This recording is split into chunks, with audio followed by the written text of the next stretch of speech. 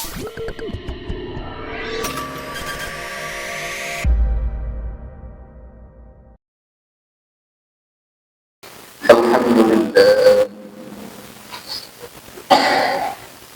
alhamdulillahilladzi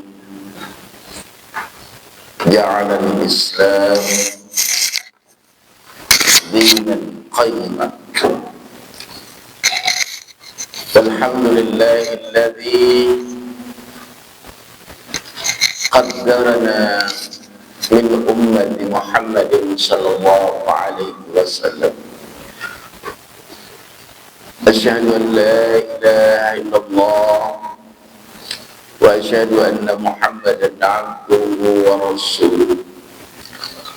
Allahumma salli ala sayyidina Muhammadin wa ala alihi wa ashabihi ajma'in. Amma ba'd. Anak-anak sekalian, para jamaah salat subuh yang dirahmati Allah Subhanahu wa taala.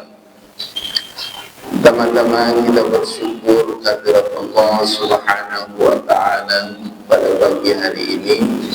Subuh hari ini kita telah memulai hidup kita, telah mengawali hidup kita dengan beribadah, bermunajat, bertasbih, bertakbir, bertahmid,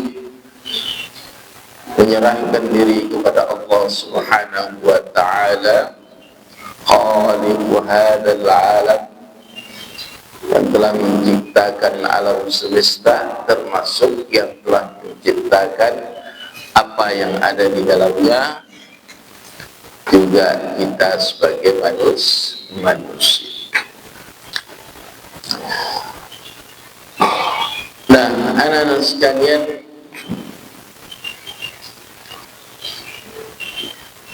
kenapa kita harus bersyukur? Saya ulang apa yang mungkin pernah saya sampaikan.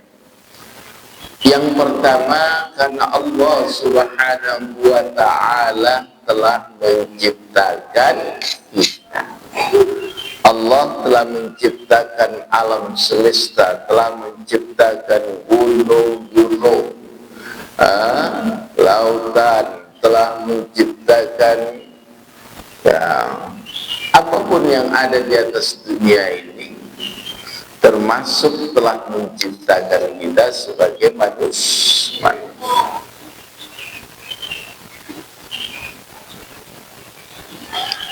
Dan kita, manusia ini diciptakan sebagai khalifah. Sebagai apa? Khalifah, makhluk yang diberikan amanat untuk mengatur dunia.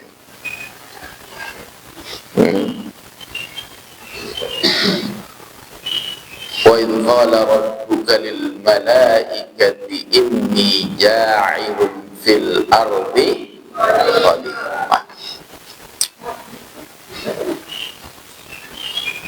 Jadi Allah Subhanahu wa ta'ala di awal penciptaan manusia ini menyampaikan kepada makhluk lain termasuk malaikat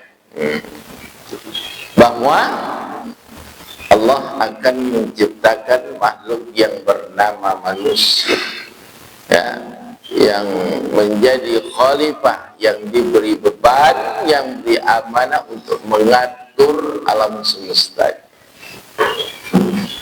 Apa pertanyaan malaikat setelah itu? Ataj'alu fiha may yufsidu fiha wa yasfiku dima wa nahnu nusabbihu bihamdika wa nuqaddisu.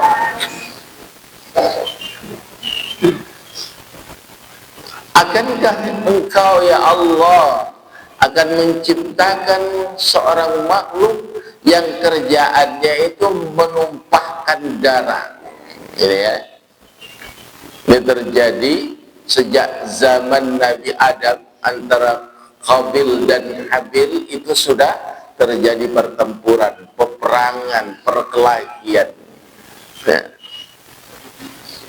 Terus dunia ini diisi ya tidak lepas dari apa yang dinamakan dengan apa namanya kata Al-Quran tasfiqud dima, artinya menumpahkan darah.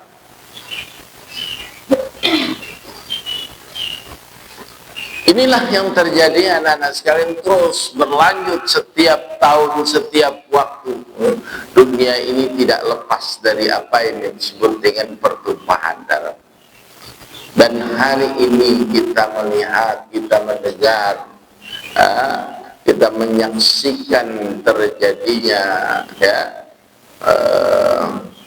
tanazu', apa dalam mutalaahnya ada disebut dengan tanazu'ul baqa, pertempuran, perselisihan, perkelahian yang terus menerus terjadi.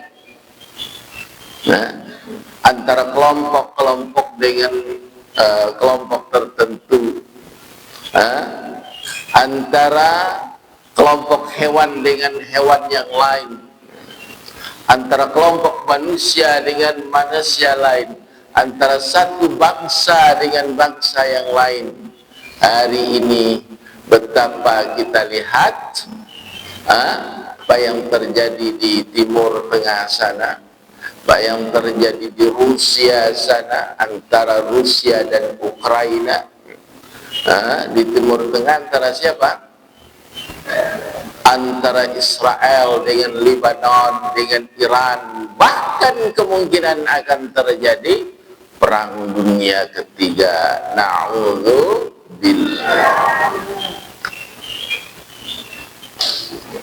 Dan ini akan terus berlangsung sampai dengan nanti dunia ini kiamat. Nah, maka kita sebagai muslim, ya, kita sebagai umat Muhammad sallallahu alaihi wasallam haruslah punya pegangan di dalam hidup. Tidak bisa ada orang perang, kita ikut perang, tidak tahu tujuannya seperti apa. Ada orang melakukan hal-hal yang tidak baik, kita ikut, tidak bisa. Ya, ada aturan. Ada aturan yang ditentukan oleh Allah, dipraktekkan oleh Rasulullah sallallahu alaihi wasallam, yang semuanya sebenarnya bermuara kepada dua hal ya. Dalam hidup ini haruslah ada hablum minallah wa hablum minan nas. Ada hubungan kita terhadap Allah Subhanahu wa taala, hubungan kita terhadap sesama manusia, bahkan sesama makhluk Allah Subhanahu wa ta'ala. Dan kemudian manusia ini di atas dunia ini kita fokus kepada hablum minallah. Tadi kenapa kita bersyukur itu? Karena Allah telah menciptakan kita. Yang kedua kenapa? Karena Allah telah menyiapkan segala sesuatu yang ada di atas dunia ini untuk manusia. Yang paling fundamental, yang paling penting, yang harus diketahui oleh seorang manusia itu, seorang muslim itu, karena Allah lah yang memberikan petunjuk. Man yahdihillahu fala mudhillalah wa man yudlil fala hadiyalah. Orang yang mendapat petunjuk Allah, yang diberikan petunjuk oleh Allah, maka tidak ada seorang pun yang mampu menghalanginya. Sebaliknya, orang yang disesatkan oleh Allah, kamu kamu halangi bagaimanapun, kamu dakwahi bagaimanapun, tidak akan bisa. Karena yang memberikan dhalal, kesesatan itu artinya yang disesatkan itu adalah yang disesatkan oleh Allah Subhanahu wa ta'ala. Walaupun pada hakikatnya karena dia sendiri tidak mau mengikuti petunjuk Allah Subhanahu wa ta'ala. Anak-anak sekalian, para jamaah salat subuh yang dirahmati Allah, ini kamu mau belajar ya, mau ujian ya. Dikit lagi. Baru-baru ini kita melihat ada peristiwa yang terjadi beberapa waktu di pondok ini, itu karena ketidakpahaman sebagian masyarakat kita ya. Atau ada ajaran-ajaran yang dulu yang belum dipahami, yang masih turun-menurun, sehingga sebagian masyarakat kita tidak pandai memilah dan memilih mana yang boleh, mana yang tidak boleh. Dalam Al-Fatihah itu Allah katakan, iyyaka na'budu wa iyyaka nasta'in. Hanya, itu ada kalimat hanya, iyyaka. Mestinya na'budu iyyaka. Tapi diawalkan untuk menunjukkan bahwa sungguh-sungguh hanya kepada Engkau lah ya Allah kami beribadah. Wa iyyaka nasta'in. Hanya kepada Engkau lah ya Allah kami mohon Nah, yang terjadi bagaimana? Ada yang dulu itu negeri kita ini ya, sebelum datang Islam ya, ada yang disebut dengan ya, orang-orang itu menyembah pohon. Itu dulu ada itu ya, yang masih tersisa sampai hari ini.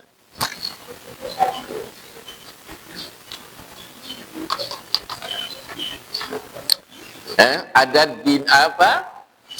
ada animisme namanya, ada dinamisme ya, orang dulu menyembah apa saja yang dianggap itu memiliki kekuatan. Ada yang disebut dengan agama Majusi, orang menyembah api. Ada di Jepang namanya agama Shinto, menyembah mata. Dianggap itu kaisar mereka itu Hirohito itu siapa namanya, itu adalah keturunan matahari. Coba bayangkan ya, dianggap bahwa di dalam matahari itu memberikan manfaat, maka dia harus disembah, ya kan? Nah, di Iran itu, Persia, dianggap api itu memiliki manfaat yang besar sehingga disembah. Nah, di India itu apa adanya mereka itu? Sapi, jadi kalau ada sapi lewat ya, terus berak di depan rumah, itu luar biasa itu. Karena dianggap sapi itu adalah Tuhan. Nah, ini kan sebuah kesesatan. La ilaha illallah. Tidak ada yang pantas untuk disembah. Tidak ada yang berhak untuk disembah kecuali Allah. Kenapa kita kenapa kita menyembah yang lain? Orang yang memberikan segala sesuatu ini adalah Allah Subhanahu. Nah, yang paling penting setelah itu, wa iyyaka nasta'in. Kita minta itu hanya kepada Allah. Jangan minta kepada yang lain.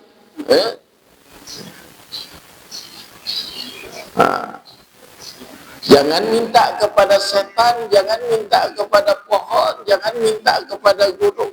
Jangan kita hanya minta kepada Allah Subhanahu wa ta'ala. Kalau kita menyembah selain Allah, kalau kita mengakui ada kekuatan yang dahsyat selain Allah, itu namanya musyrik. Itulah dosa besar. Itulah dosa yang tidak pernah diampuni oleh Allah Subhanahu wa ta'ala. Apa ayatnya? Innallaha, sesungguhnya Allah mengampuni dosa-dosa manusia itu kecuali syirik. Karena syirik itu adalah menyekutukan Allah.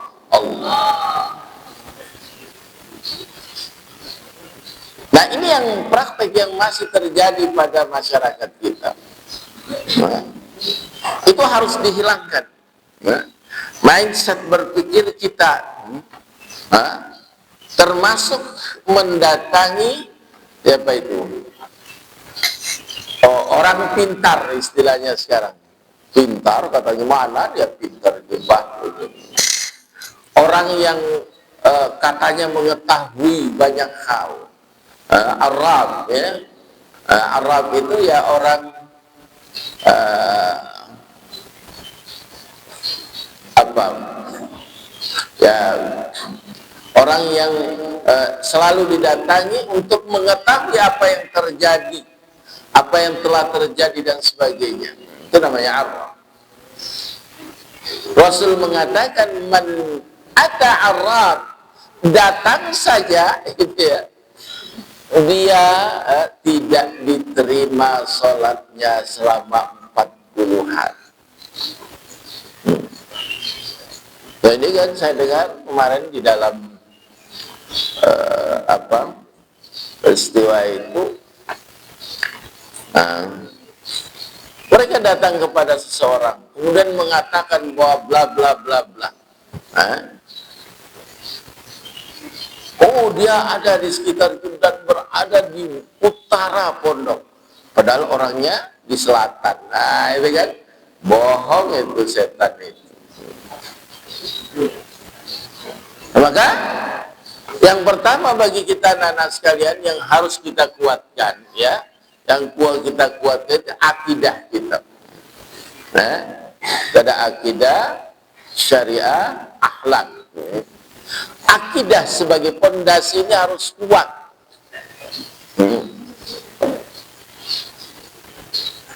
Orang-orang dahulu, sahabat-sahabat Rasul itu rela mati mereka untuk mempertahankan akidah. Kita pun harus demikian.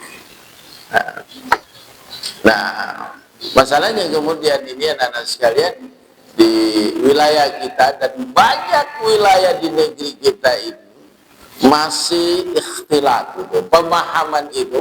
Pemahaman tentang Islam itu masih tidak sempurna ya.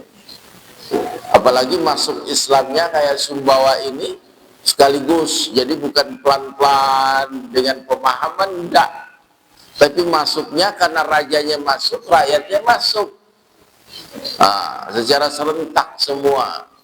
Oh, Raja Sumbawa masuk Islam, maka pindah semua itu, berubah menjadi Muslim. Beda di tempat-tempat lain ya, masuk Islamnya secara tedrijian, secara bertahap, secara pelan-pelan sesuai pengetahuan mereka. Sehingga mereka, para sahabat terutama itu, ketika didakwahi oleh Rasulullah, mereka masuk Islamnya itu karena pemahaman, bukan karena paksaan. Atau hari ini kita lihat di banyak negara-negara barat itu, banyak orang masuk Islam, bukan puluhan tapi ratusan orang masuk Islam itu setiap hari. Kenapa? Karena mereka mempelajari, memahami, yakin dengan Islam baru masuk. Lah kita ini Islamnya keturunan apa kenaikan ini? keturunan, datang dari bapak nenek moyang kita turun temurun turun, akhirnya kita tidak mendalam.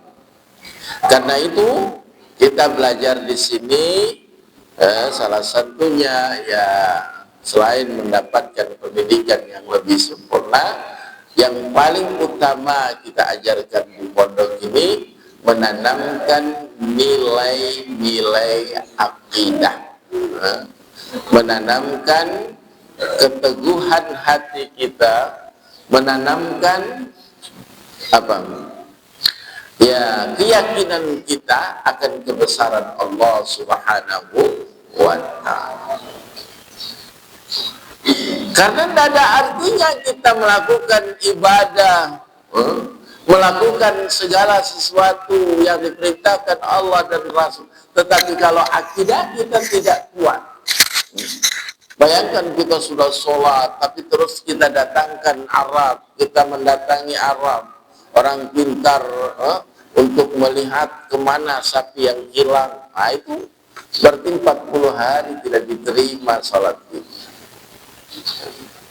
Nah ini yang masih dalam masyarakat kita ini yang masih tercampur, terutama orang-orang tua ya. Orang-orang tua dulu yang masih ada ini, keyakinan itu masih seperti itu. Karena kita ini memang adalah peninggalan Hindu, peninggalan Buddha, peninggalan animisme, dinamisme yang meyakini ada kekuatan lain selain Allah, yang meyakini ada sesuatu hal yang lain yang harus disembah selain Allah Subhanahu. Oleh karena itulah anak-anak sekalian, pada kesempatan ini saya mengajak kita semua anak-anak sekalian ya, memperkuatkan keyakinan akidah kita ya, bahwasanya la ilaha illallah, la ilaha illallah wa Muhammad Rasulullah.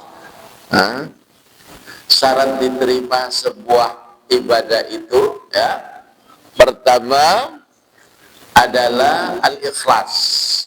Terus syarat diterima sebuah ibadah itu ada dua. Pertama, ikhlas karena Allah. Dalam niatnya itu selalu lillah.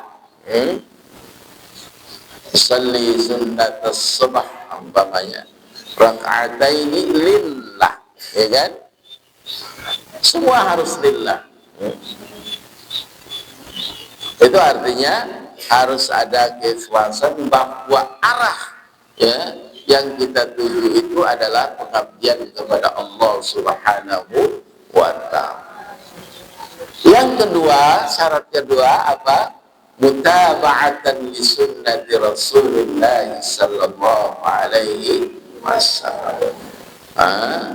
Mengikuti cara-cara yang dicontohkan oleh baginda Rasul ya.